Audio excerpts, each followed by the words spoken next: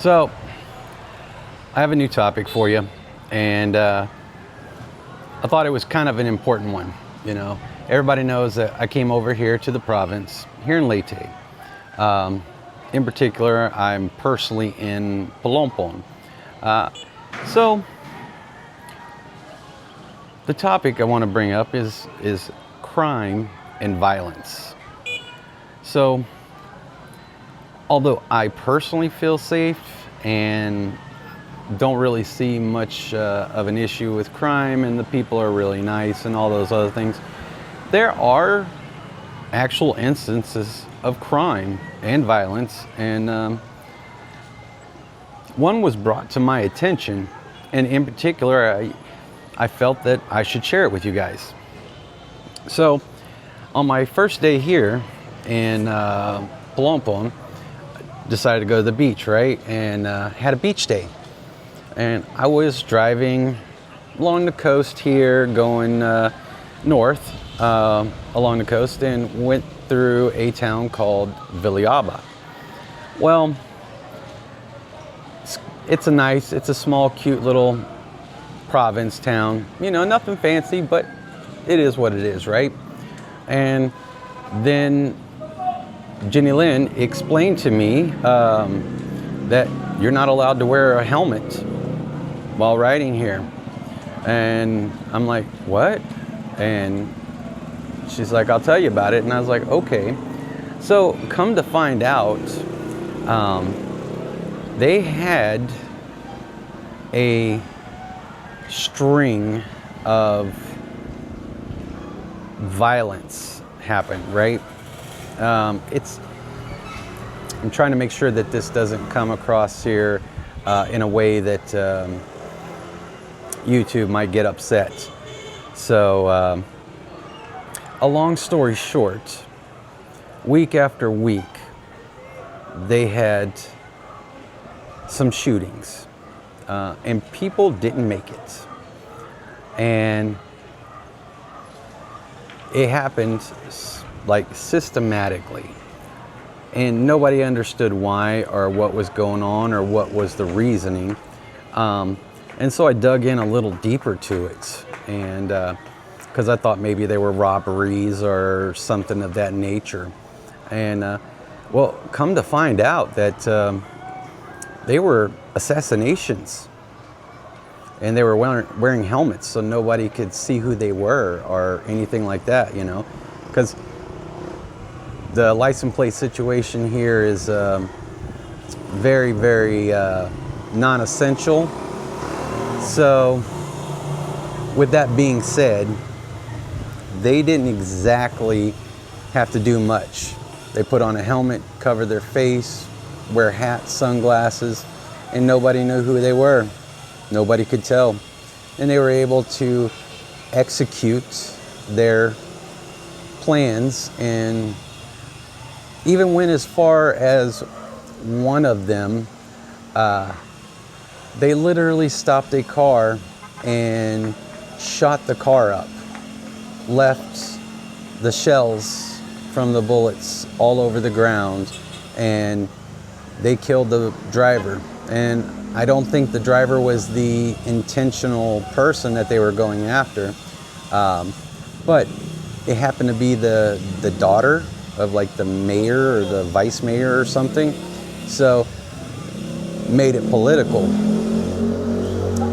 Another one they went after, they had the barangay captain, which is, you know, it's kind of like your police chief, the guy that's in charge of things when it comes to keeping the peace or disputes, almost like a judge.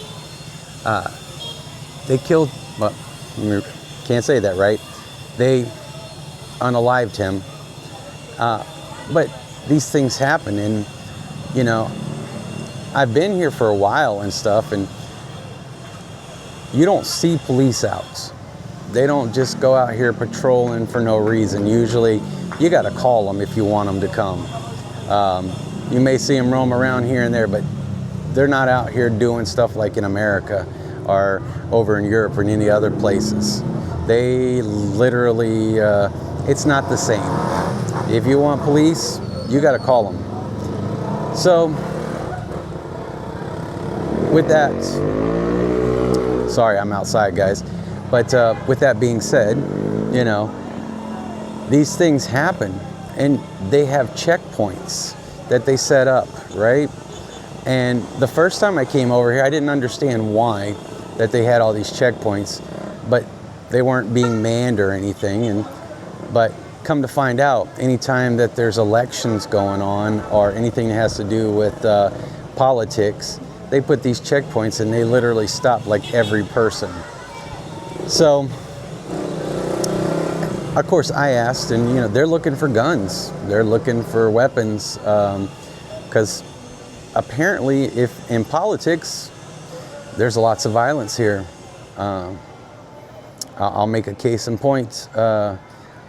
They try to bully people into voting their way. I actually saw this actually happen.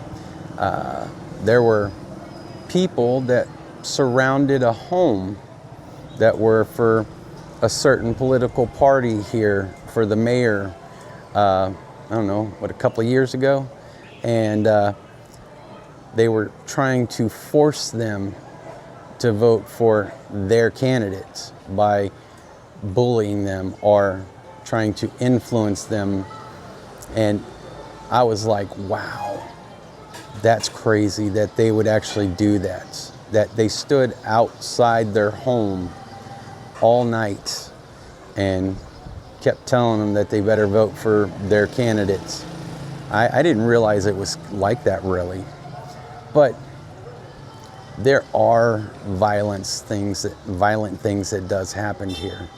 You know, I'm sure there's the occasional pickpockets and, you know, theft and things like that. But realistically, I haven't experienced any of that myself. I haven't experienced any violence or anything like that. But there is things that do happen, and that one in particular that I was telling you about in Villalba, that made the news actually. And you know, so I mean, anytime that there's assassination attempts or any type of thing like that, it's kind of a big deal. And the fact that they have police checkpoints and they're looking for guns and things of that nature, because you're allowed to own a gun here if you're, you know, a local. Obviously, as a foreigner, you're not allowed to own any type of weapons, right? But they are, and you're not allowed to carry weapons or take weapons and do stuff with them like guns and things like that during those political times, or, you know, votes, elections, whatever you want to call it. But you need to be aware that there is violence and there is crime, and it does happen. Especially when you see, like, another situation was people that were doing drugs, and of course, you know, in order to get the money to buy the drugs, how are they going to do it? Well, they don't have any money because all they're doing is doing drugs, right? Or so they end up stealing or killing, or you're not killing, but unaliving somebody, you know, just to get the money so they can get their next high. Those things happen. Apparently, the former president was big on anti-drugs, and he set off a wave of trying to bring the drug trade down and drug dealers down, and apparently that was pretty good for the country for the most part. But obviously there's lots of people that think that it was a bad thing, because they definitely unalived anyone that didn't surrender and go to prison. They didn't stop. And he used his own police force to do it. So it's just something to keep in mind, that, you know, a lot of times you hear that this place is, you know, the land of milk and honey, land of smiles, land of, you know, people are so nice and all that other stuff. That's true, but there is a dark side to it too. And, you know, maybe we'll talk more about that later, but I just thought you guys should know that be aware of your surroundings and keep up on the local events, because, and where you're going, you know. It's always smart to, you know, cover your six. You know what I mean? All right, guys. I'll talk to you later. Peace. Thanks for watching.